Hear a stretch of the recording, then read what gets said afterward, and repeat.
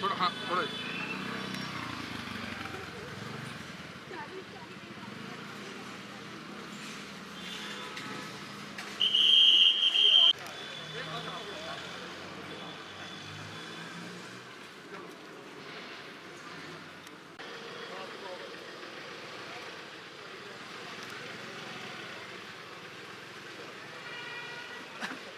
शेरो मैं बना दे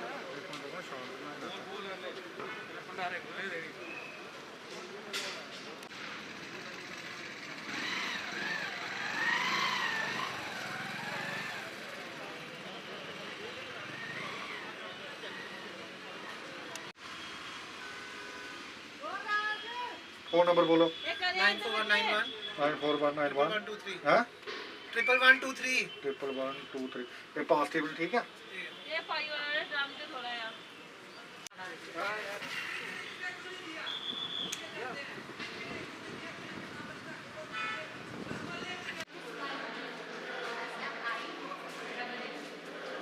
बनाएगा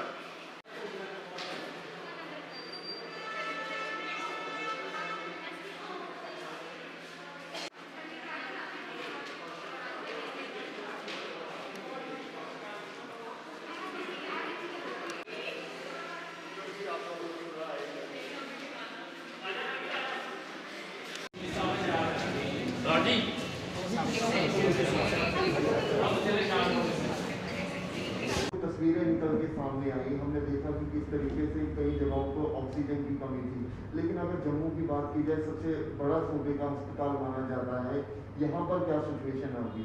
खासतौर पे ऑक्सीजन को लेकर, वेंटिलेटर को लेकर, और जो कोविड के पेशेंट आ रहे हैं क्या उनको बेड दिया जा रहा है? जीएमसी जम्मू में ऑक्सीजन को लेके और वेंटिलेटर्स की अवेलेबिलिटी को लेके, और अभी तक जो हमारे मरीज़ हमारे पास हैं, कुछ लोग सीरियस भी हैं, हमारे कोविड आईसीयू में हैं वो, तो अभी तक हमारी पूरी तैयारी है, काफ़ी ज़्यादा तैयारी मैं कहूँगी, जिसमें ऑक्सीजन सपोर्टेड आज की डेट में हमारे पास कोई 600 बेड तैयार हैं और वेंटिलेटर्स भी काफ़ी हैं, और ऑक्सीजन की अवेलेबिलिटी भी 3 टियर है। मतलब पहले हमारे पास एक ऑक्सीजन जनरेशन प्लांट था 1200 लीटर्स पर मिनट कैपेसिटी वाला, उसके बाद एक लिक्विड मेडिकल ऑक्सीजन हमने ले लिया जो हम रीफ़िल करवाते हैं, और वो हमारे कोविड नॉन कोविड को हाई प्योरिटी 99% प्योरिटी ऑक्सीजन दे रहा है, और ये बैकअप किए हुए हैं मल्टीपल मैनीफोल्ड्स के साथ। काफ़ी ऑक्सीजन सिलेंडर्स भी हमारे पास पर्याप्त मात्रा में हैं। तो अपने तरीके से जीएमसी जम्मू की तैयारी पेशेंट मैनेजमेंट के हिसाब से काफ़ी अच्छी है, लेकिन मेरी फरियाद है कि आप देख रहे हैं जो दूसरे राज्य हैं वहाँ के आंकड़े बता रहे हैं कि वो इनसफिशेंसी मोड में जा रहे हैं, बीमारी बहुत बढ़ रही है, पॉजिटिविटी रेट हमारी लेबॉर्ट्रीज़ भी बता रही हैं कि दिन प्रतिदिन बढ़ रहा है, और हमारी एडमिशन्स भी बढ़ रही हैं, थोड़े से बीमार मरीज़ भी हमारे पास पहुँच रहे हैं। तो मेन मैं आपके सब चैनल्स के माध्यम से बताना चाहूँगी कि हमारी तैयारियों में बेशक कोई कमी नहीं है, लेकिन जनता का जो रोल है जिसमें वो कम से कम इन्फेक्टेड हों, उसके लिए कोविड एप्रोप्रिएट बिहेवियर, जिसकी 4 ही बातें याद रखने वाली हैं कि कभी भी मास्क के बिना हमें नहीं रहना चाहिए। एक तो मास्क पहनना है, एक मास्क पहनने का तरीका जिसमें नाक मुंह अच्छे से ढका होना चाहिए। दूसरा, बार बार साबुन पानी से हाथ धोते रहना है। तीसरा, सोशल डिस्टेंसिंग, ये हमें 2 गज की दूरी बनाए रखिए, गैदरिंग्स नहीं हो, शादियों में भी कोई इकट्ठे ज़्यादा लोग ना हों, किसी भी वजह से गैदरिंग होनी ही नहीं चाहिए, 2 लोग आपस में 2 गज की दूरी बना के ही रखें। और चौथा हो गया कि रेस्पिरेटरी एटिकेट्स, खांसना, छींकना, ज़ोर से बात करना, ये जब करना है तो हमें रुमाल में या टिश्यू पेपर में या coughing in sleeves and elbows, ये सारी चीज़ों का अगर हम ध्यान रखेंगे ट्रांसमिशन चेन को रोक देंगे, यानी एक में अगर इन्फेक्शन हुआ है तो दूसरे तक नहीं जाएगा, और यही एक तरीका है इस महामारी को रोकने का। मैम, रेमडेसिविर जो दवाई है उसकी कई जगहों पे किल्लत देखने को मिली, जम्मू मेडिकल कॉलेज की क्या सिचुएशन अभी? कईयों से हमने बात की, उनका कहना है कि यहाँ पर भी शॉर्टेज है उस दवाई। उसकी शॉर्टेज नहीं है, ये दवाई जो है इसकी शॉर्ट एक्सपायरी होती है, शेल्फ़ लाइफ इसकी कम है, तो 3 महीने में एक्सपायर हो जाएगी या 6, तो बहुत ज़्यादा स्टॉक नहीं कर सकते, थोड़ी थोड़ी करके मंगवाते हैं और अभी सप्लाई में कोई ऐसी कमी नज़र नहीं आई है। जो वैक्सीनेशन और जो टेस्टिंग किट है क्या वो पर्याप्त मात्रा में है कि उसमें कमी है? वैक्सीन भी सेंट्रल गवर्नमेंट के साथ हमारी एडमिनिस्ट्रेटिव अथॉरिटीज़ पूरी बनाए हुए हैं रायता, और वो पूरी हमें इन्होंने एश्योरेंस दी है, कोई ऐसी चेन में रुकावट नहीं आई। हर टाइम हमारे पास कोई 5 से 7 दिन की वैक्सीन पर्याप्त मात्रा में होती है। जो आपके अंदर जो हॉस्पिटल है जिसमें गांधीनगर में है या कोई और हॉस्पिटल है, क्या वहाँ पर भी पर्याप्त मात्रा में ऑक्सीजन पर्याप्त मात्रा में है, वहाँ पर बेड पर्याप्त मात्रा सुविधा वहाँ पर पर्याप्त मात्रा में लगता है कि आपको लगता है कि कमी है? जम्मू की जनता के लिए खुशखबरी की बात है कि एक 200 bedded hospital mother and child बना रहे थे, उसको कोविड डेडिकेटेड हॉस्पिटल, पहले थोड़े कम पॉइंट्स थे उसमें ऑक्सीजन के, जैसे मदर एंड चाइल्ड में रूटीन में होने चाहिए, उनको 100% ऑक्सीजन बेड दे दिए गए। वहाँ वेंटिलेटर सब सरकार ने बड़ी अच्छे से फैसिलिटेट किया हमें, और कैपेसिटी बिल्ड हो गई, और वहाँ के ऑपरेशन थिएटर सारे अभी जल्दी ऑपरेशनलाइज होने वाले हैं, सारे इक्विप हो गए हैं, सामान आ चुका है। 1-2 दिन में हमारी वहाँ सर्जरीज़ करनी शुरू कर देंगे, और ऐसा विचार है और ऐसा सोचा गया है कि उसको कोविड डेडिकेटेड हॉस्पिटल अपने हर तरीके से वो संपूर्ण होगा। कोई किसी को ऑपरेशन करना है, कोई डिलीवरी केस है, कोई डायलिसिस की भी सुविधा वहाँ पे जल्दी से जल्दी हम रखवा रहे हैं, ताकि कोई भी मरीज़ वहाँ पे जाए उसको इधर से उधर एक से दूसरी सुविधा के लिए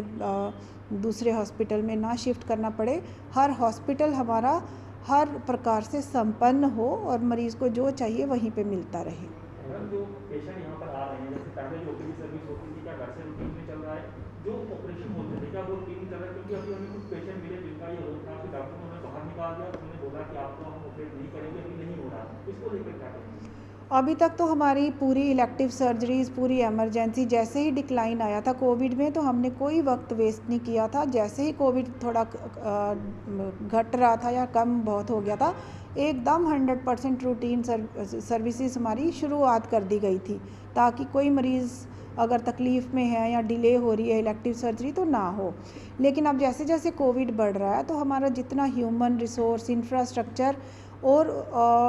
उसमें ये होता है कि अगर इलेक्टिव सर्जरी करते हैं या ओपीडीज़ में रश है तो वो हमारा इंस्टीट्यूशन एक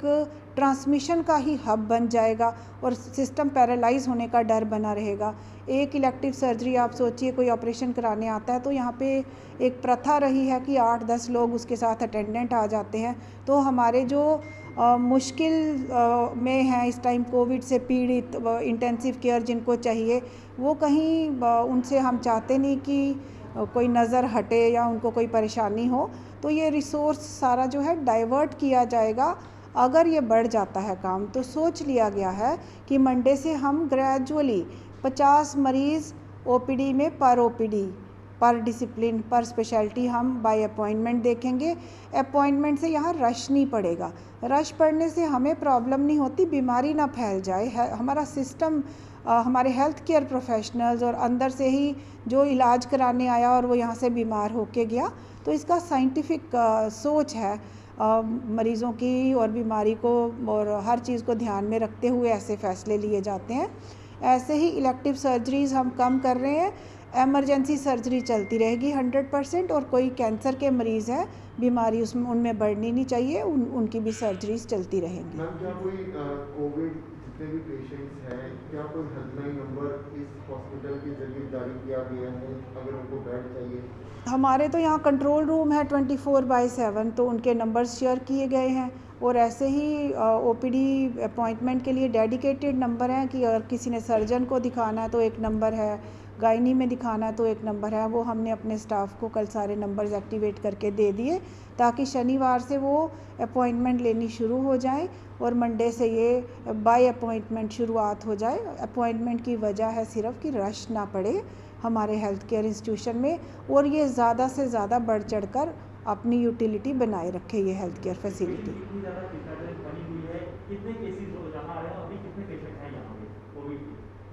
अभी तो हमारे पास कोई 57 मरीज़ दाखिल हैं कोविड के इंटेंसिव केयर यूनिट्स में, और 60 मरीज़ हमारे मदर एंड चाइल्ड हॉस्पिटल जो MCH 200 बेडेड था, उनको अभी हम वो काफ़ी ठीक हैं, तो उनको कहीं दूसरी लेवल 3 फैसिलिटी में जिधर ज़्यादा इलाज की ज़रूरत नहीं है, क्योंकि MCH हॉस्पिटल फास्ट अपग्रेड हो रहा है सर्जिकल इंटरवेंशंस और कोई प्रोसीजर्स मरीज़ों पे करने उन सब के लिए।